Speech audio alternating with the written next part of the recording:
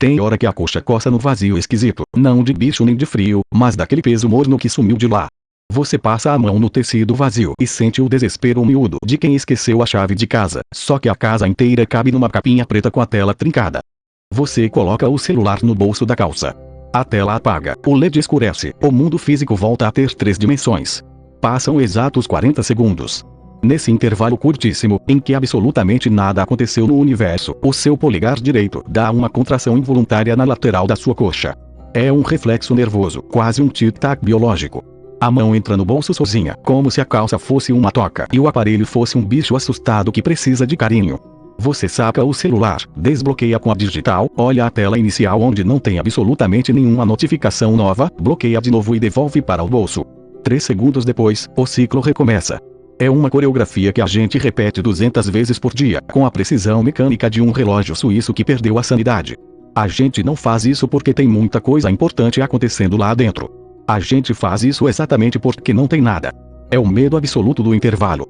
Sabe aquela cena clássica do filme O Show de Truman, quando a transmissão ao vivo do programa é interrompida por alguns segundos e o personagem interpretado pelo Jim Carrey entra em pânico porque o cenário falso começa a mostrar falhas? É exatamente isso que a nossa mente faz quando o fade acaba e fica tudo em branco por 2 segundos. A gente olha para o vazio da tela preta e sente uma vertigem súbita. O tédio virou uma emergência médica. A gente não aguenta mais ficar 30 segundos olhando para o nada no semáforo sem enfiar o dedo na tela para ver se alguém postou alguma coisa relevante sobre o nada. E o pior é que a gente finge que está no controle. A gente diz para si mesmo que vai só olhar a previsão do tempo ou responder aquela mensagem rápida que chegou no grupo da família. Mas a gente sabe que é mentira. É igualzinho a abrir a geladeira de 10 em 10 minutos, esperando que apareça comida mágica lá dentro, mesmo sabendo que você acabou de olhar e só tem meio limão ressecado e um pote de margarina vazio. A mão vai no piloto automático. O cérebro desliga a chave geral da consciência e terceiriza o foco para um retângulo de vidro que brilha no escuro. O filósofo coreano Byung-Chul fala muito sobre como a nossa sociedade atual transformou tudo em mercadoria de desempenho, mas a verdade é que a gente nem precisa de uma grande teoria macroscópica para entender o buraco onde a gente se enfiou. Basta olhar para a sua mesa de cabeceira às 3 da manhã. O celular está ali, a 30 centímetros do seu travesseiro, carregando na tomada, emitindo aquela luz azulada que engana o seu cérebro e faz ele achar que ainda são 2 da tarde. Você acorda no meio da noite com a garganta seca, vira pro lado e, em vez de tomar um copo d'água, o seu braço estica na escuridão tateando o colchão à procura do aparelho. É uma prótese. Se arrancarem o seu celular da sua mão agora, a sensação não é de que você perdeu um objeto de plástico e metal, a sensação é de que amputaram um pedaço do seu sistema nervoso. A gente vive em um estado permanente de disponibilidade fantasma.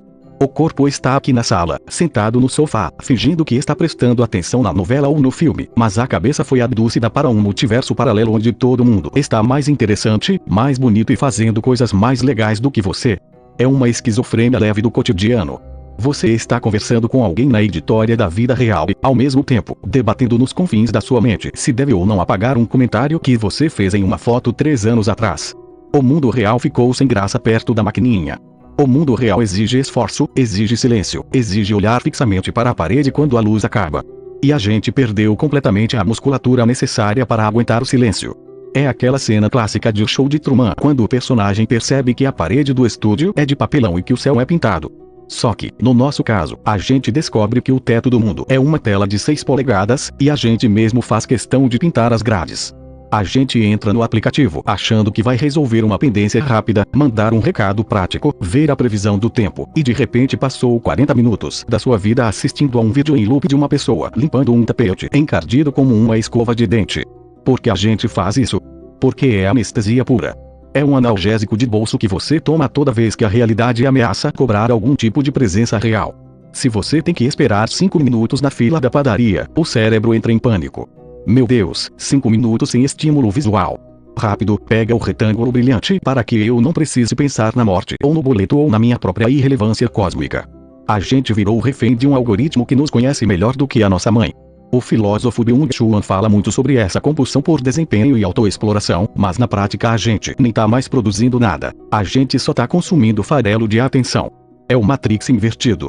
Naquele filme, as pessoas estavam plugadas em tubos cheias de Gol verde para alimentar as máquinas, mas aqui a gente paga a própria conta de luz, compra o aparelho mais caro parcelado em 10 vezes e faz voluntariamente o trabalho de alimentar a engrenagem que nos suga. A gente dá o nosso tempo, o nosso foco, a nossa raiva matinal e o nosso cansaço da noite de graça, só em troca de uma notificação com bolinha vermelha que diz que alguém lembrou que a gente existe. E o pior nem é o tempo que a gente perde lá dentro. O pior é o estrago que isso faz no jeito como a gente habita a própria pele. Você vai na praça, senta num banco e olha pros lados. Todo mundo com a cabeça inclinada para baixo, parecendo um bando de devotos, rezando para um deus cinza de vidro temperado. Ninguém mais olha para o horizonte, ninguém repara no formato da nuvem, ninguém presta atenção no cachorro que passa correndo. A gente tem o arquivo de todas as músicas já gravadas pela humanidade na ponta do dedo, mas esqueceu o som do próprio tédio. E o tédio é fundamental. O tédio é o solo onde as ideias nascem, onde a criatividade respira, onde a mente finalmente consegue organizar a gaveta bagunçada dos pensamentos. Sem tédio, a mente vira um depósito de lixo radioativo de microvídeos de 30 segundos que não deixam nenhum rastro na memória. Você desliga a tela por um segundo, olha pro teto do quarto no escuro e sente aquela coceira na ponta dos dedos. O corpo quer o próximo hit. É química pura, é dopamina barata disputando a tapa ao controle da sua tarde de domingo. A gente tenta colocar regras, bota limite de tempo no aplicativo, ativa o modo preto e branco para deixar a interface feia, promete para si mesmo que vai ler um livro grosso, que vai meditar, que vai virar uma pessoa culta e focada. Aí passa meia hora e você se pega abrindo o mesmo aplicativo pela 10ª vez consecutiva, como se o conteúdo pudesse ter mudado nos últimos 5 segundos. É uma loucura mansa. A gente ri de si mesmo nos memes sobre vício em celular, mas no fundo é um vazio meio gordo que aperta no peito. Então, respira. Deixa o celular em cima da mesa, com a tela virada para baixo, bem longe do alcance do braço. Vai doer um pouquinho nos primeiros minutos, vai parecer que falta um pedaço do corpo, que o mundo vai acabar se você não souber o que o influenciador aleatório está comendo no café da manhã. Mas o mundo não acaba.